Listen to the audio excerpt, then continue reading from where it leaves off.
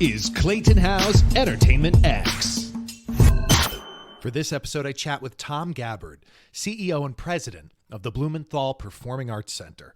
And we cover a lot, everything from discipline to optimism and having empathy for others, which comes from respect.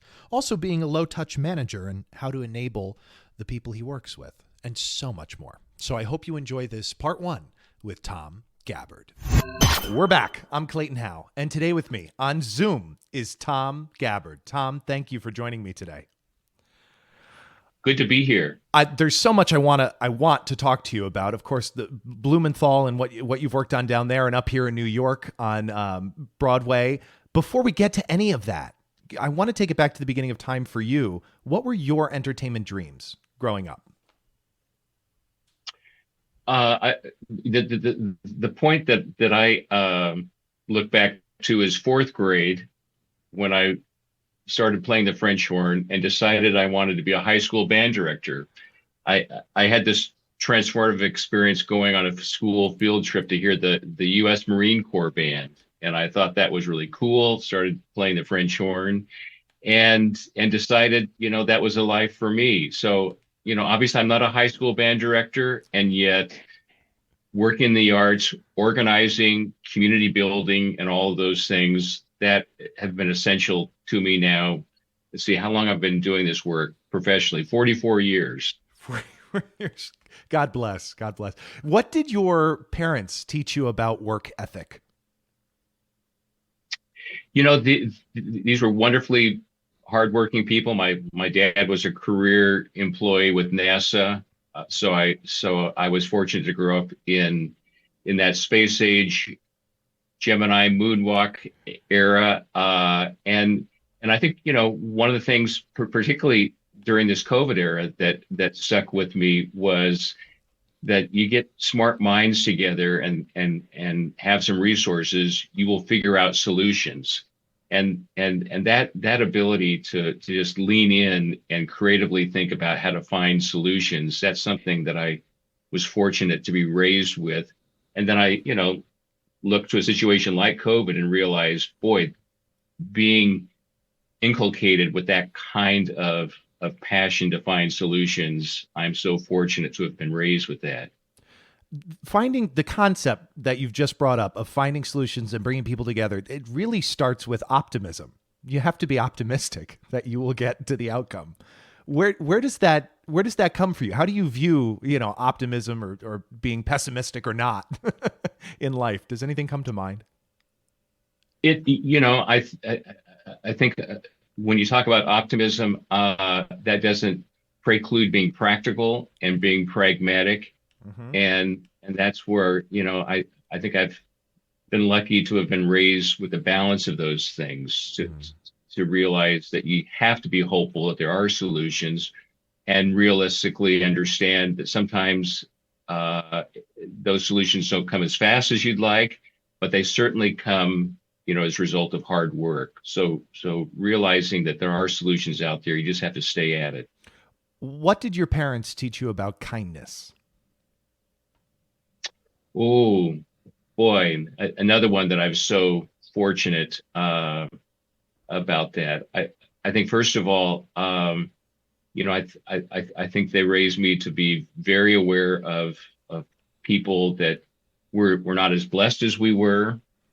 Growing up, starting at about 10 years old, my father, beyond his work at NASA, was very involved with kind of a Peace Corps, Habitat for Humanity type work, where we went to Mexico and he would take groups of students there and actually build houses. And so that sense of empathy for other people and their plights, I think that was something that was certainly inculcated.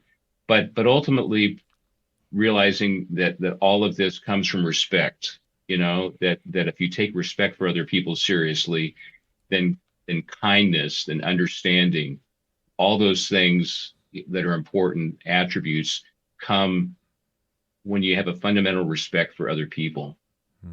That's a great answer. Do you or have you had early on any mentors? And were there any standout pieces of advice or lessons learned from those mentors? I mean, it's probably part of the reason why I work in the arts and theater, that I had a number of those that are key mentors, but particularly a high school theater teacher who really leaned in to nurture a lot of us. And and part of that, I was in a high school where we would do 3 musicals just in the summer. Wow. In the summer, you add the rest of the year to it, and there was even more than that. But I think one of the things he taught me that has been apropos was he would organize these things, but hire other directors, and so there was a low touch element to it. He wasn't a micromanager, and that's something that I think I absorbed.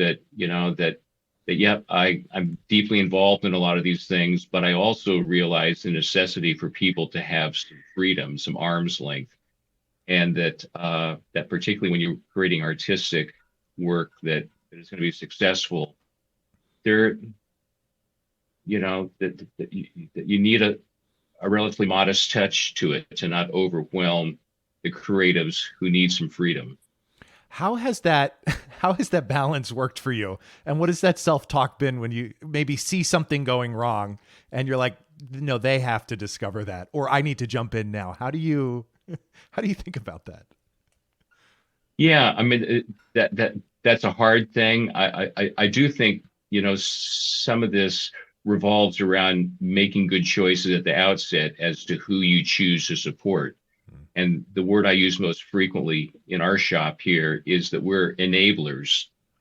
And so if you're focused on enabling, that means that you pick those who you enable, you pick them very carefully.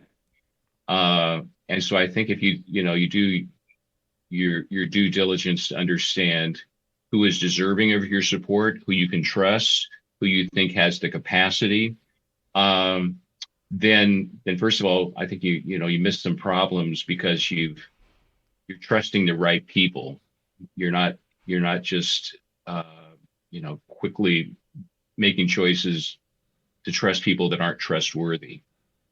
How has that, to me, I see that as taste, right? Taste in the work we choose, taste in the people. How has your taste evolved in theater and the arts?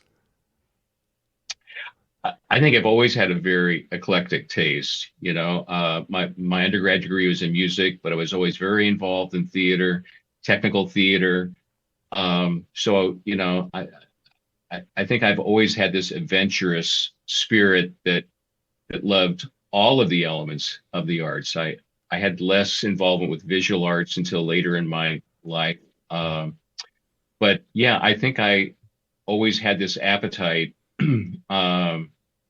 to be a sponge, for what was out there, and to realize that trained up my aesthetic. When I was in college, because my parents were retired and we really had no money, I was lucky to get a full tuition scholarship. But I took one semester off where I had to give up the scholarship. It was a performance scholarship. And went to Europe and was in a college program over there. And it was because I wanted to experience all that. I couldn't afford to be there. So I had a Eurail pass where I could be on the train. And when I would travel, I'd go one direction half the night and then get off the train and come back the other direction so I could sleep on the train. But it was really about trying to immerse myself artistically, and to experience things that I had never experienced before.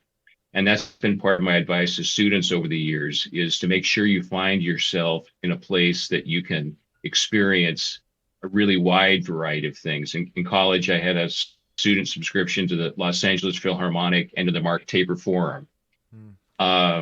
Pretty diverse range there, but I knew it was important for me and for my aesthetic taste to have a range of experiences. Is there a particular project that has taught you the most about yourself, or a significant amount about yourself? Oh boy. I mean, it's hard to pull those things out because every one of these experiences have been important and have been at different moments in time. Sure. So yeah. Sorry, I don't have a good story on that one, but I think I've been fortunate to have a lot of different experiences that I've been enriched by. How have you gotten better at listening to your gut instinct or intuition? How do you view that? How do you get quiet with yourself? Yeah, that's one thing that certainly has changed, and especially, becoming more comfortable with risk, because gut ties in with action, which ties in with being comfortable with risk. And, probably like a lot of people, I can look back and say, boy, I wish I'd shown more courage earlier in my career, that I had trusted my instincts and trusted that I'd be able to manage financial risk and those things. So yeah, that has certainly changed a lot. But that listening to your gut, whether or not you're talking about shows, whether you're talking about HR issues, I supervise a large team. We have 120 people here, and I've over the years usually had fairly large staffs, and even from a personnel management standpoint, there are times where employees may not succeed, and I look back and I say, boy, I should have had the courage to deal with that earlier. So yeah, that is something I think all of us over time realize, that there's reason to have more confidence in our decision and confidence in being able to manage risk of various sorts. It's all so connected. And I've found that too. The truer I am to myself, the better the outcome for everyone who's associated. That is so true. And, I've told our team many times over the years that the best thing I do to sleep well at night is to go to bed as best I can with a clear conscience.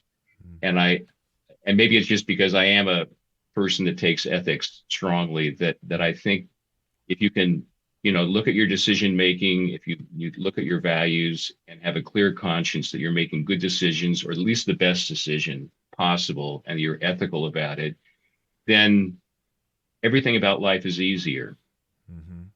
Yes. So many problems are created by not being true to yourself. That's the opposite of what I just said. Yeah, that's a really good answer. Right.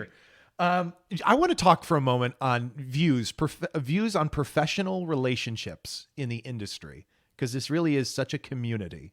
Do you have any particular, views on your working relationships, how you manage them, maintain them, or generally look at them? I think first of all, if you're really committed to it, it is work. And not work in an unpleasant way, but you have to invest the time. Yeah. And I think sometimes people, especially when it comes to developing relationships, are not willing to invest the time. And then there's no opportunity to authentically develop that relationship.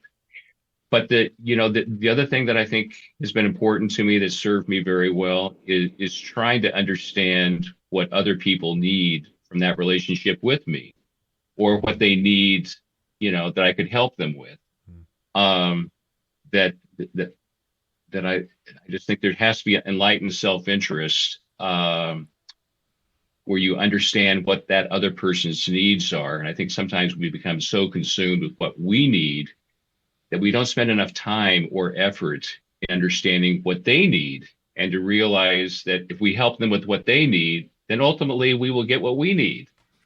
And I think that's what I've been pretty good at, is trying to focus in on, so what is it that they need from this? That ultimately we can make progress better and faster if I really have as good an understanding as possible of what they need from the relationship, be it a business relationship or a personal relationship.